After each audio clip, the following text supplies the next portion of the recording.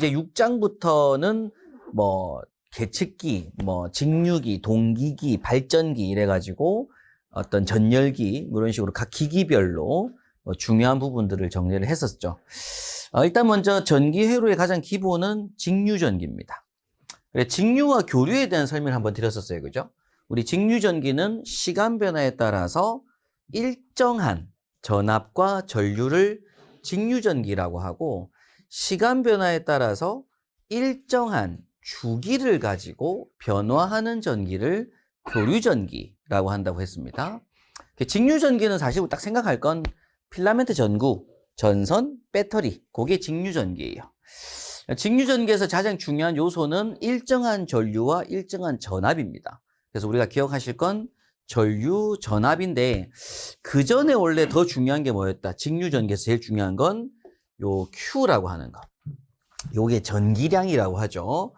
우리가 전기량이라고도 하고 또는 전하량이라고도 합니다.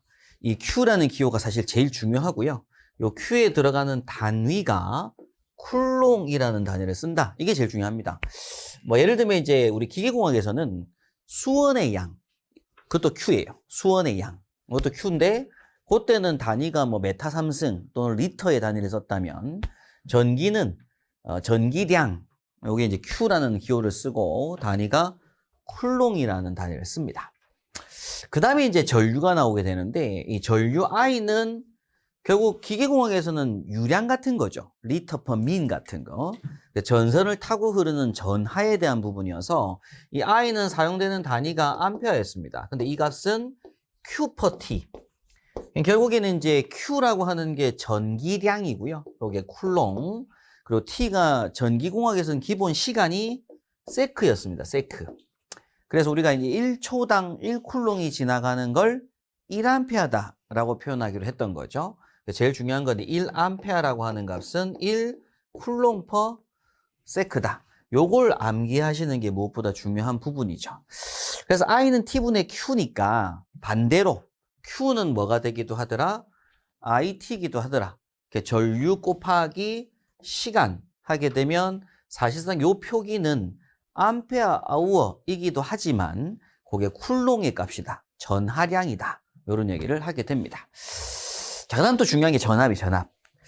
그 전압이라고 하는 건 볼트죠. 기호는 V고 사용되는 게 볼트입니다.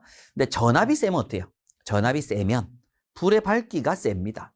전압이 작으면 불의 밝기가 약한 거고요. 근데 이 전압의 크기는 Q분의 W. 이게 제일 중요합니다. Q분의 W라고 하는 거.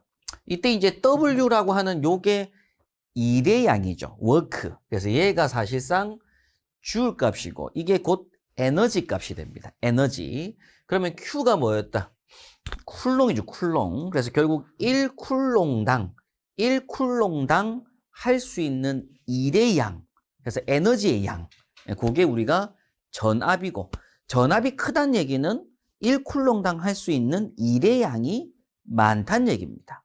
그래서 전압이 크면 클수록 더 큰 파워를 낼 수가 있다 라는 개념이어서, 사실 우리가 전압 V가 뭐죠? 이게 물어보면 가장 기본 공식은 V는 IR이에요. V는 IR. 그런데 더 중요한 게 V는 Q분의 W.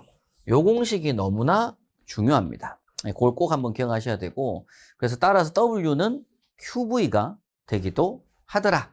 그리고 이때 W는 워크로서 단위가 줄이다. 요것도 한번 체크하셔야 되죠.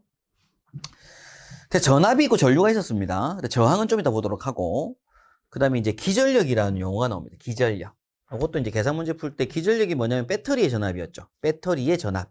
그래서 이제 그림을 그릴 때 이렇게 배터리가 있고 전선이 있고 전구가 설치가 되고 전선이 연결이 되는데, 이때 전선을 끊는 겁니다. 전선이 없을 때, 요 전선이 없는 상황